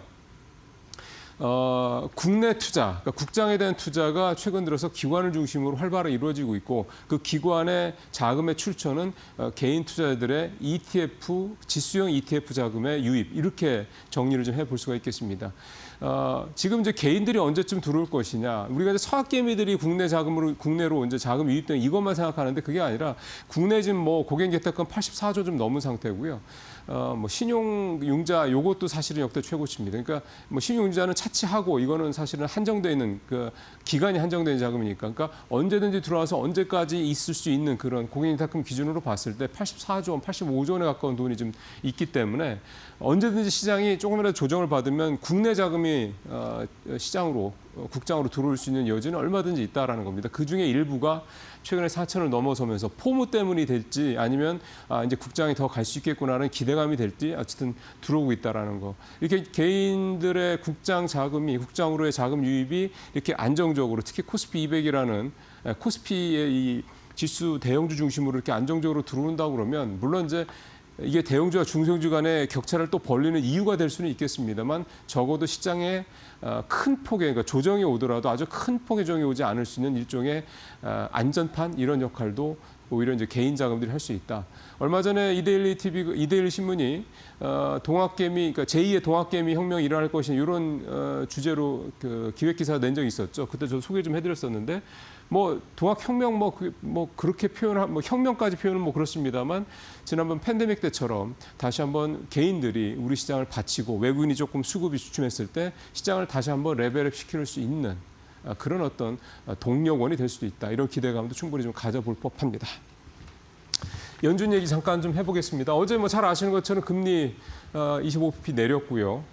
어제 FOMC의 골자가 크게 두 가지였죠. 하나는 12월에 내릴까 말까 뭐 이런 내용 하나. 그다음에 사실은 조금 더 시장에서 주목했던 거는 QT 즉 양적 긴축 이 부분을 종료한다라는 거. 이 두 가지였습니다. 시장에서는 어쨌든 뭐 12월 이 부분에 시장에 충격이 크긴 했습니다만 조금 더 길게 보면 QT 이 12월 1일 날 이제 중지한다는 거. 이게 특히 이제 수급적인 측면에서는 더 의미가 있는 내용이다라고 생각이 들어서 가져왔는데요. 뭐 표에서도 보시는 것처럼 좀 12월에 금리를 내리든 안 내리든 간에 뭐 시장에서는 금리를 내릴 것으로 보고 있어서 만약에 파월 의장의 말대로 안 내린다면 충격은 뭐 당연히 있을 겁니다. 그러니까 일단 올해까지는 이런 거죠. 근데 QT 얘기를 제가 오늘 더 하고 싶은 얘기는 지금 시중의 유동성, 그러니까 월가에서 봤을 때 미국 시장의 이 유동성이 좀 말라가고 있다라는 신호들이 여기저기서 좀 나오고 있었거든요. 뭐 예를 들어서 TGF 잔고라든가 뭐 이런 부분들, 그다음에 지준율이 뭐 올라간다 등등 뭐 이런 부분들이 좀 있었는데 연준이 QT를 이제 중지한다는 얘기는 지금 한 350억에서 400억 달러 정도를 연준이 매달 이제 시장에서 유동성을 흡수하고 있다는 상황 아니겠습니까? 이거를 이제 중단한다는 얘기가 된다는 얘기는 그만큼의 돈이 이제 빨려들지 연준으로 빨아 들어가지 않고 시장에 남아 있다는 얘기가 되는 거죠. 그러면 거꾸로 얘기하면 그만큼 유동성이 오히려 공급된다라고 얘기도 할 수가 있는 겁니다. 그러니까 이것뿐만이 아니라 지금 뭐 어쨌든 재무부 쪽에서도 계속 국채에 대해 발행 얘기가 좀 나오고 있는 상황이고, 그래서 계속해서 올 하반기에도, 그러니까 11월, 12월에도 시중 유동성에 대한 부분이 우려를 좀씩 줄일 수 있다, 이렇게 좀 해석을 해볼 수가 있는 거고요. 시티 같은 경우는 어젠가요, 그젠가요 리포트가 나왔던데 연준이 아마 내년에 빠르면 2분기 정도에는 QT가 아니라 QE를 할 수 있다, 즉 양적 완화를 할 수 있다, 이런 얘기도 좀 하고 있습니다. 그러니까 연준이 뭐 기준금리를 더 추가적으로 내리는 부분 이건 차치하고 이렇게 이제 시중의 유동성 흡수 정책이 아니라 이제 유동성을 푸는 정책을 또 가져갈 수 있다. 예를 들어서 시장에 있는 뭐 MBS 이런 것들 이제 추가로도 이제 사는 거죠. 그러면 시장에 돈이 들어가는 거니까. 그래서 어쨌든 이 유동성 관련돼서 최근에 월가에서 일부 좀 빨간 음이, 그러니까 시그널이 조금 있었는데 그 부분과 관련돼서 연준이 QT 중단, 그 다음에 나아가서는 QE로 전환, 이런 식으로 통해서 유동성 공급을 계속하면서 미국의 경기가 내년에 갑작스럽게 뭐 위축된다, 이런 부분들을 억제하려는 이런 노력들을 이미 시작을 하고 있다.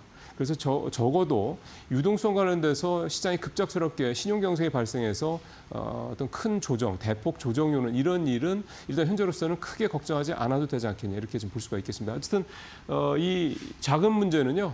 어제 김한진 박사가 이제 저희 마켓나우 일부에 출연했을 때도 그런 얘기를 했었죠. 국채 금리가 4% 중반 이상으로 발작을 하는 것만 나타나지 않는다면 일단 당분간은 좀 걱정을 그렇게 많이 가지는 않아도 될 거다, 이렇게 얘기를 했던 부분도 좀 참고하시길 바라겠습니다. 자, 세 번째 얘기해 보겠습니다. 이제 종목 얘기 좀 해보죠.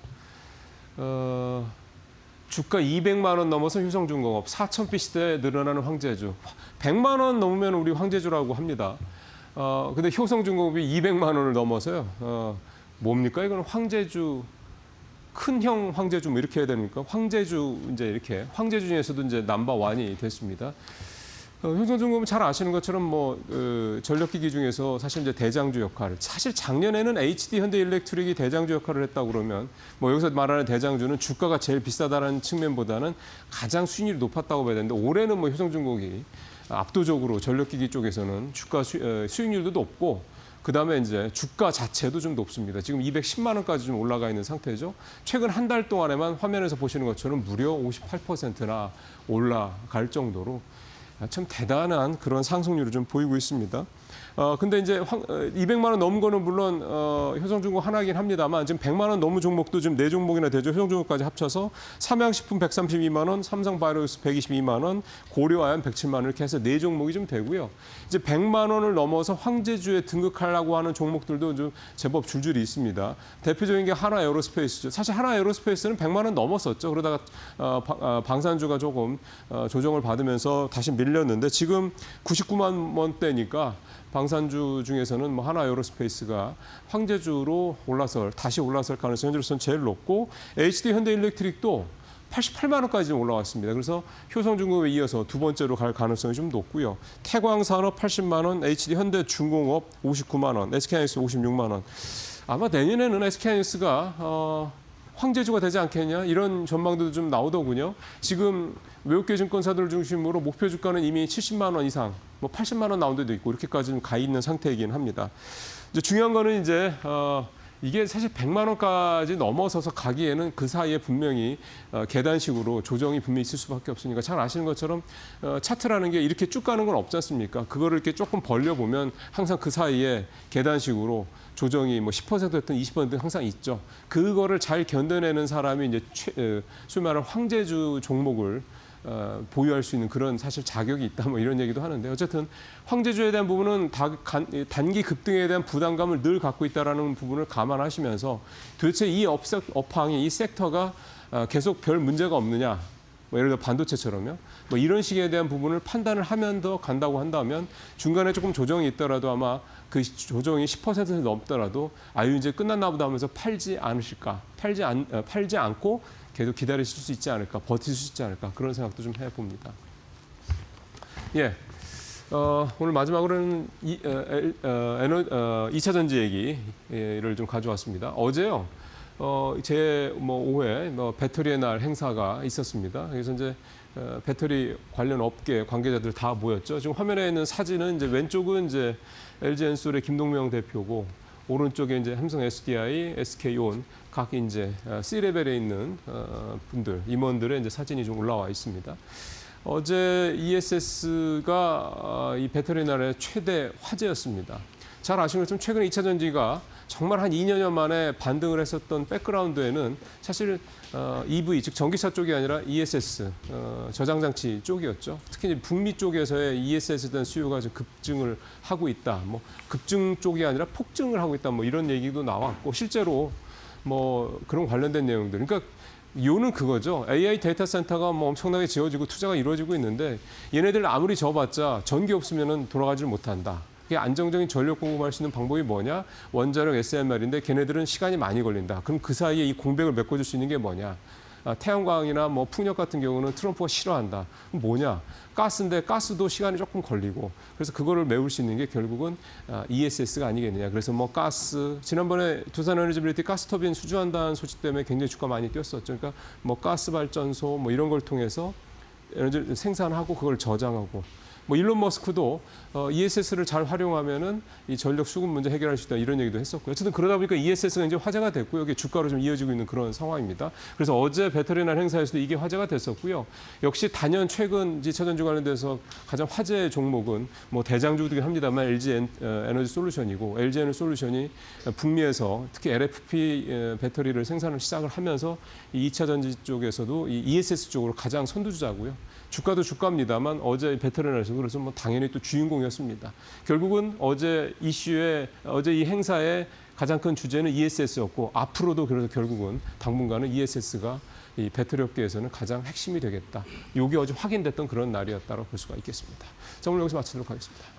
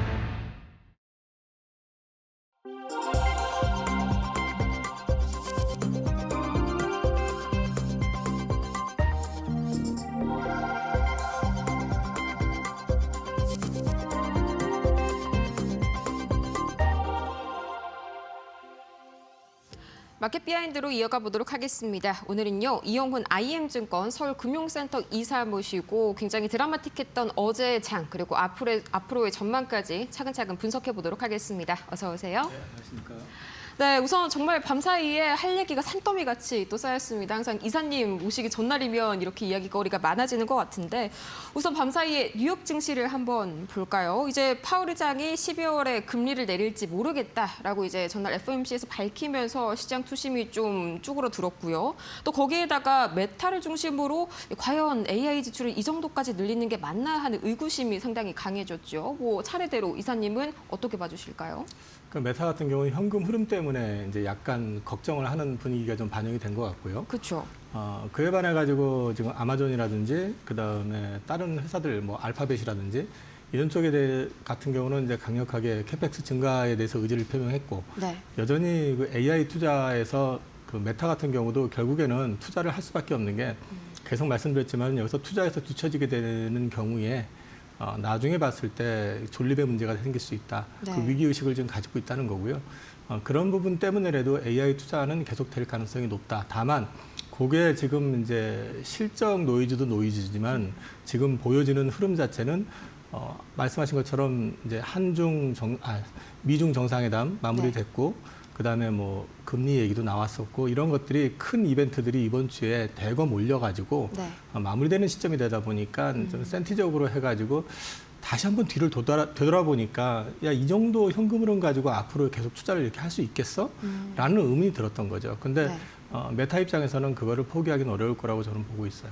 네, 확실히 뭐 재료 소멸에 대한 그런 이제 셀론 영향도 없지 않았을 것 같습니다. 또 실제적으로 이제 미중 정상회담도 사실상 새로운 뉴스가 없이 다시 한번 좀 기존의 논의 사항을 재확인했다는 점에서 또 추가적으로 약간의 실망 매물들이 좀 나온 것으로 보이고요. 뭐 FOMC 관련해서도 12월에 동결 가능성이 벌써 무시 못할 정도로 커졌는데 이대로 뭐 동결 기조 확실하게 좀 이어진다고 봐야 될까요? 지금 요즘 보면요, 그 연준도 그렇지만은 그 스탠딩 레포 활용을 되게 많이 해요. 이 얘기는 단기 자금 조달 시장에 약간의 유동성 문제가 있다라는 걸 확인시켜주고 있는 거거든요. 네. 물론 이제 물가를 걱정하고 물가에 대한 이야기를 계속 하지만은 고용 역시도 최근의 동향을 보시면 감소하는 게 확연히 보일 거란 말이에요. 네. 그런데다가 이제 QT를 12월 1일부로 종료하기로 했잖아요. 네. QT를 종료하면서 금리 인하를 안 한다? 글쎄요. 저는 금리 인하 할 가능성이 여전히 높다고 보고요. 안 한다고 하더라도 트럼프 말처럼 어차피 임기는 내년 되면은 바뀝니다. 네. 그렇게 될 경우에는 결국 그 시간에 뭐 한 달 시차 일지가 생길지는 모르겠지만 금리 인하 가능성은 여전히 높다라고 저는 생각을 하고 있고요. 네. 그런 것들이 빌미가 돼가지고 어쩌면은 좀 급하게 올랐었던 부분들을 되돌아보는 시간이 11월 중에 나올 수도 있다. 그 정도로 봐야 될 것 같아요. 네, 저도 사실 이게 뭐 QT를 중단을 하는데 금리 인하를 안 하고 좀 버틸 수가 있나라는 생각이 들긴 했는데 또 밤사이에 노무라증권 측에서 12월에 동결을 한다 뭐 이런 보고서를 내면서 시장이 다시 한번 좀 겁을 먹은 그런 모습이었습니다. 이어서 이제 우리 시장도 한번 봐야 할 텐데 이제 한미 관세 협상 사실 뭐 29일 밤에 나온 내용들이죠. 이제 가장 킥이라고 할 수 있는 게 자동차 관세를 25%에서 15%로 낮춘다라는 거였는데 사실 어제 자동차주들 초반에는 뭐 흐름 타고 좋은 모습 보였습니다만 후반 들어서 좀 약한 모습들이 나왔습니다. 이게 그렇게까지 생각보다 큰 파장을 몰고 올 만한 이슈는 아니었을까요? 일단 세론이 나온 거는 한국의 특징이기도 하고요. 네. 또 한국에 투자하는 외국인들도 한국 증시에 적응이 됐기 때문에 먼저 나서 가지고 판 경향이 있고 또 주가가 시작이 너무 세게 시작했습니다. 네. 거의 30만 원 목전에서 출발을 했잖아요. 그러면 29만 원대 뭐 이 가격대에서 출발을 했다 그러면 30만 원을 바라본다 그러면 한 번 얻어 맞아야 되는 자리거든요. 좀 모양 자체는 좀 애매하게 보기 좋지 않게 빠졌습니다. 그리고 어제 보시면 기관하고 외국인들이 다 팔았지만 엄청 팔았더라고요. 네. 예, 오히려 좀 싸게 살 수 있는 기회를 만들어줄 수 있는 거 아닌가 하는 생각을 개인적으로 하고 있고요. 이제부터는 큰 그림으로 보셔야 되는 거는 이렇게 되면은 이번 분기가 지난 분기죠. 3분기가 현대차 실적 바닥이다라는 거죠. 일단 관세가 끝났잖아요. 그렇죠. 그럼 실적 바닥은 3분기라는 게 확인이 됐고요. 그 다음에 이제 보셔야 되는 부분들은 이제 배당과 관련된 부분 체크해 보셔야 되는데 배당소득분리과세가 만약에 확정이 된다고 했을 경우에 현대차의 액션에 대해서도 고민해 보셔야 되고 네. 어저께 젠슨왕하고 3자 치맥 네. 미팅을 했잖아요. 거기서도 이제 얘기 나왔었던 게 이제 그 엔비디아 쪽하고 로보틱스 관련돼 가지고 협업 얘기도 좀 있고 하니까 어떤 그림에서 또 뭔가를 끄집어낼지에 대해서 한번 지켜보실 필요가 있고요. 궁극적으로는 이제 더 이상 경쟁국하고에서의 좀 불리한 위치가 아니라고 한다면은 계속 말씀드리지만 한국은 지금 상법 개정이라든지 제반 제도 개선을 통해 가지고 밸류업을 좀 진행을 하고 있는데 현재 밸류업이 제일 안 돼 있는 데는 현대차 그룹입니다. 아, 그렇죠. 결국 시간 문제라는 거죠, 저는요. 그래서 오히려 어저께 고점에서 맞고 빠지는 게 없으신 분들한테는 오히려 주식을 좀 담아갈 수 있는 기회를 주는 것 같다. 그리고 또 이건 보셔야 되는 게 지금 AI가 워낙에 핫하잖아요. 네. 그러니까 실적 성장률이 올해 지금 영업이익 40조 나올까 말까 하는데 내년도 SK 하이닉스 80조, 90조 얘기라고 있잖아요. 그렇죠. 삼성은 현대차는 그렇진 않잖아요. 지금 어쨌든 지금 시장의 중심축이 그쪽에 있기 때문에 가더라도 드라마틱하게 움직이는 것보다는 밸류업이라는 게 싸네 해가지고 땡겨지는 건 아니거든요. 네. 서서히 시가총액도 있고 하기 때문에 어차피 자연스럽게 움직일 수 있는 거라고 보기 때문에 저는 없으신 분들한테는 오히려 기회가 될 것 같다. 그렇게 말씀드릴 수 있을 것 같아요. 오히려 이게 약간 이제 저가 매수의 기회가 될 수 있다. 이렇게 해석을 해볼 수가 있겠습니다. 뭐 아직까지도 현대차 지금 시각 기준으로 PBR이 0.63배 갈 길이 멀긴 하네요. 그래서 어제 실적 내용을 저도 한번 좀 자세하게 봤는데 뭐 컨퍼런스 콜에서 매출은 전년 동기 대비해서 굉장히 뭐 늘었지만 보니까 영업이익이 30% 가까이 급감했거든요. 뭐 이게 관세 영향이라고는 하지만 오늘 기아도 좀 비슷한 흐름 보이지 않을까 합니다. 실적에서요. 네, 어저께 대신증권이 자료를 냈던데 3분기 매출은 전년 대비해서 1.4% 감소, 현대차는 네. 조금 늘었었죠. 근데 영업이익은 1조 9천억으로 전년 비해서 36% 하락 전망을 지금 하고 있거든요. 관세 비슷하겠죠. 때문이죠. 네. 근데 이제 그런 것만 보시면 이거 실적 안 좋네라고 생각하시겠지만 경쟁사들 가운데 혼다 같은 경우는 올해 적자 2조 얘기를 하고 있습니다. 적자요. 네네. 네. 그러니까 체력이 다르다는 얘기를 지금 하고 싶은 거거든요. 그래서 지금 이 체력과 제품 라인업, 그다음에 향후에 로보틱스 산업으로의 확장, 거기에 더해가지고 지금 지배구조 개편 이슈에다가 밸류업 이슈까지 갖다 붙여본다 그러면 현대차는 사실은 우리가 지금 굉장히 4,000포인트를 넘어선 큰 장에서 네. 그 흐름을 타지 못하신 분들한테는 뭐 시원하게 가지는 못할지 모르겠지만 그래도 편안하게 접근할 수 있는 선택적 대안은 될 수 있다. 저는 그렇게 보고 있습니다. 네, 또 보스턴 다이내믹스의 앞으로의 어떤 먹거리까지 생각을 해본다면은 뭐 충분히 좀 매력적인 그런 특성을 아직까지는 좀 가지고 있는 현대차입니다. 이어서 이제 반도체도 어제 삼성전자가 뭐 상당히 코스피를 많이 끌어올리는 주역이 됐습니다. 이 실적 확정치를 발표를 했는데 보자면은 뭐 HBM4 관련해서도 샘플 테스트를 넘겼다. 뭐 한두 번은 아니지만요. 그런 뉴스도 나왔고요. 또 뭐 4분기에 낸드 전망이 좀 꺾일 것이다. 이런 사측 메시지가 있었긴 했지만 SSD 수요가 여전히 견조하거든요. 그럼 다시 한번 이거 낸드도 내년에 반등하는 그림 그려볼 수 있지 않을까요? 전체적인 그림은 물량이 여전히 부족한 건 사실입니다. 네. 그리고 캐펙스 투자 안 늘리고 있습니다. 그러니까 그 예년 대비해 가지고 크게 키운다든지 이런 거는 되게 조심할 거라고 저는 여전히 생각을 하고 있거든요. 네. 그거는 그 전에도 한번 말씀드렸지만은 지난 그 데이터 센터 사이클 때 한번 제대로 당해본 적이 있었기 때문에 물량을 공격적으로 늘렸다가는 그 후유증을 감당을 못할 거라는 측면이 있고요. 그리고 지금 HBM 쪽으로 해가지고 웨이퍼가 워낙에 집중이 되다 보니까 특히 이제 HBM4로 넘어가게 될 경우에는 그게 더 투입이 됩니다.